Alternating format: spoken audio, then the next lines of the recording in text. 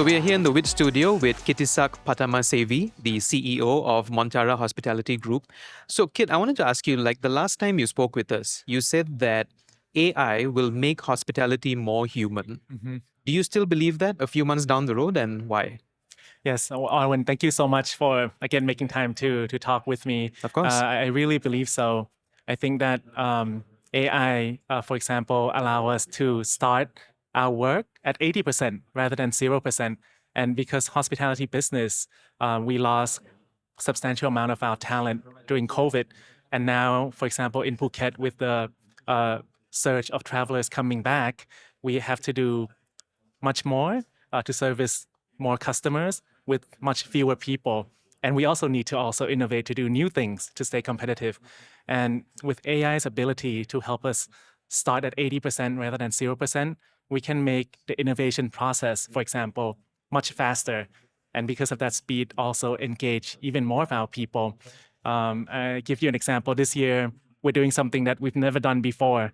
At Trisara, our resort in Phuket, Thailand, we are relaunching all 5 F&B outlets in a single year. And this, I believe we're able to do because we have some of the AI tools to help us. For example, we could use tools like Midjourney to create conceptual concepts of restaurants within minutes with very little upfront cost. This is something that would have taken much longer and much more capital investment otherwise. So this really saves us a lot of time. And with that time, we can then spend it on engaging all of our people to align around that idea. But I think it's very important to also note that at the end of the day, even though AI can help us get to that 80%, the remaining 20%, it has to be human. Because, for example, with this restaurant example, even though we can have beautiful images generated by AI, but at the end, the question is, who's going to be the champion of the restaurant? Right. Who's going to be the CDC? Who's going to be the chef de cuisine? Whose personality will actually be reflected through the cuisine and through the customer experience? And without the human to do that, to be that champion, the force of change, then the whole innovation process would not be able to touch the heart of the consumers. So do you think like humans should still be the consumer or customer facing side of things while AI does most of the heavy lifting behind the scenes? Yes, I believe so, Arvindh. I joined the family business 10 years ago. Right. And even back then, one of our board members, Morris Sim, he gave me a great advice that whenever given the option to aim for the heart and not for the head. And I think that that advice just rings so much more true, especially for today. And I think that hospitality is a people business. As far as I can feel, I don't think AI can win my heart just yet. And for example, I would confess that towards the beginning of this year, my brother asked me to write or to give a speech at his wedding, and I did use ChatGPT to draft an outline, but then of course I have to add all of the personal anecdotes, inside stories, embarrassing details about his childhood into the speech to Right. make it actually personal and to make it something that actually is meaningful for my brother. And so I believe that, yes, AI can be the enabler to help us do things faster, do more. But to really make a difference, I think that the human element would always need to be there. Right. To give it that human touch. Yes. Right. How do you think jobs within the hospitality scene overall will change because of AI? Because obviously some jobs are going to become obsolete or are going to go away, right? So how do you think that shift will happen? Yeah, I think that for us, we really believe that AI can enable and empower our people to achieve greater level of personalization, for example, for all of our guests. So pre-arrival tools that are powered by AI can help us to draft personalized itineraries for each and every single guest.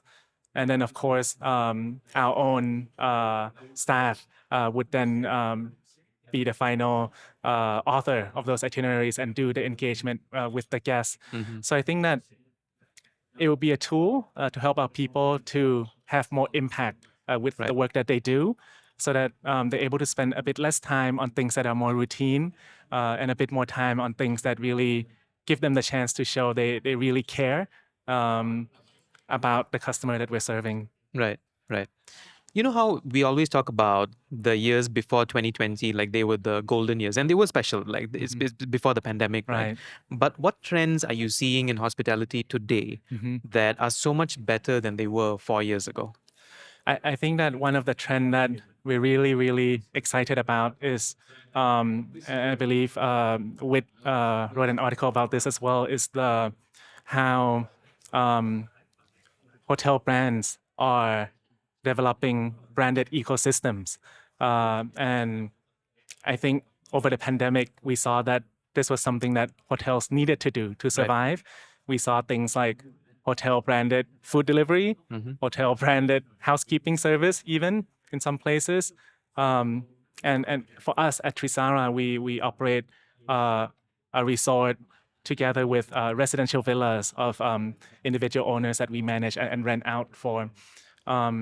And that residential villa element of the ecosystem was actually the thing that made our business resilient during the crisis, the pandemic. Someone at WiT Bootcamp said that it's best to have your customer as your source of fund for as long as possible.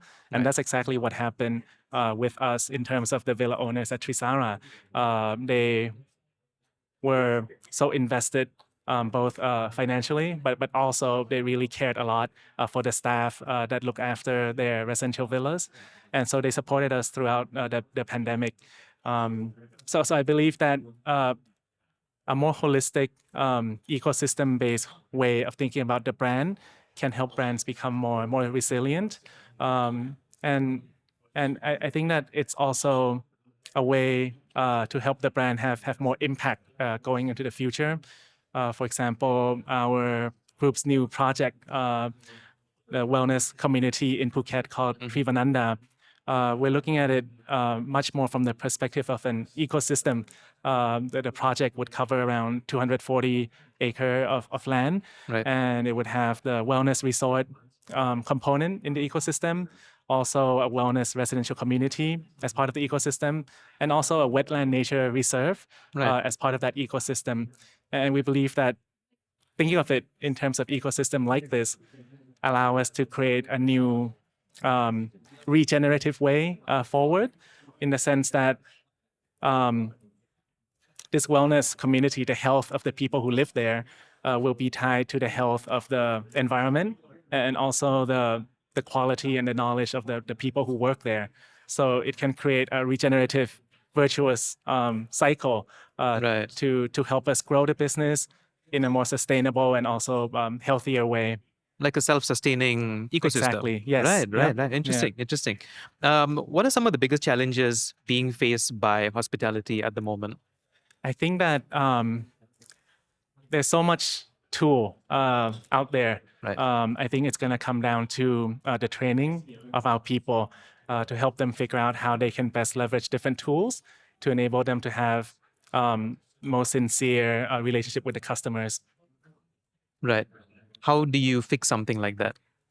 I think that it's about empowerment, Right. giving them the training, having a culture where there's regular feedback, but also recognition that when we do something new, that there's an opportunity to also learn from failures, and just to give them encouragements along the way and allow them to experiment. I think it's going to be an organic process for us. But again, with a lot of the new tools that's coming out, I think that process can also be fast Right. and with bigger impact. It sounds like a straightforward solution, but it also sounds like a very long-term solution. So Right. simple Yep. but long-term. Yes. Right? Is that, or correct me if I'm wrong. Yes, it's a simple solution. Right. But oftentimes having a solution that's simple and easy to implement that works is actually going to take a lot of effort as well. Right. Yeah. Right. So much is changing in hospitality today, right? From branding to marketing to the way travelers book their stays, and interact with hospitality Yes. groups and brands. Yep. So, what do you want Montara to be known as a decade from now? Like from a branding and marketing perspective, on identity perspective, what do you Right. want the brand to be seen as?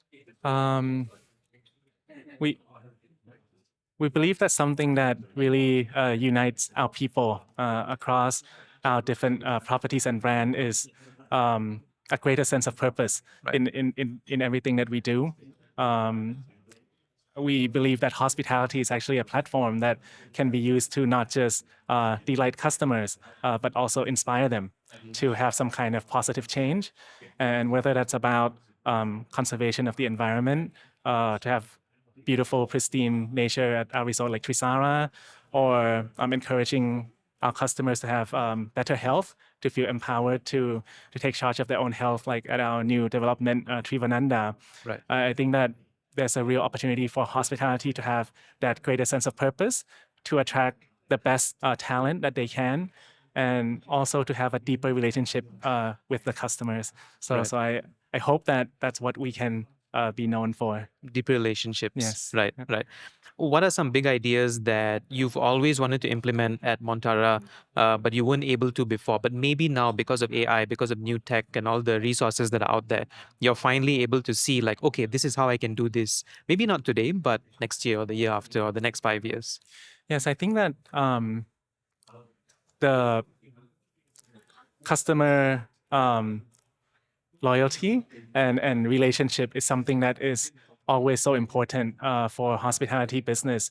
And an idea that I really wanted to achieve for a while now is how can we have such a great understanding and recognition of the customer's preference and also goals, that customers come back not because they can redeem points or get a better deal, get an upgrade, but because they know that we simply understand them so well, Right. and we can help them to make some progress towards some kind of intention or aspiration that they have during their time with us. And I think that technologies like AI can really help that. It can give us a much better starting point of understanding the customer. Right.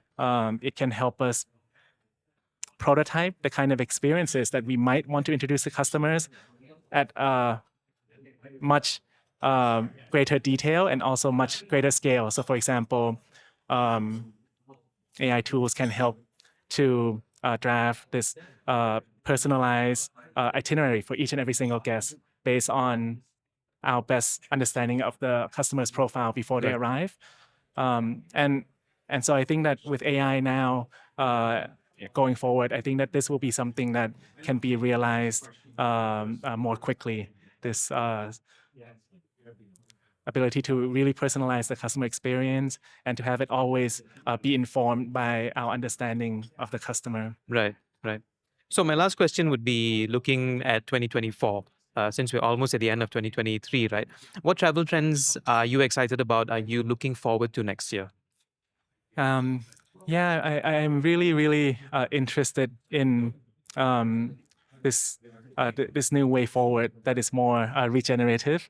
The way of looking at our role within an ecosystem, Right. to look at relationship with different stakeholders, so that our businesses actually can thrive together with the environment that we operate in, and also the people who work with us, of course, along with the happiness of our customers. And I think that this balance, this ecosystem-based thinking, this way of thinking about how do we create a virtuous regenerative loop, I really hope that this is going to be something that becomes the standard or the best practice of how we think about creating new hospitality experiences. Kit, thank you so much for your time. Thank you. Thank you very much. It's a pleasure.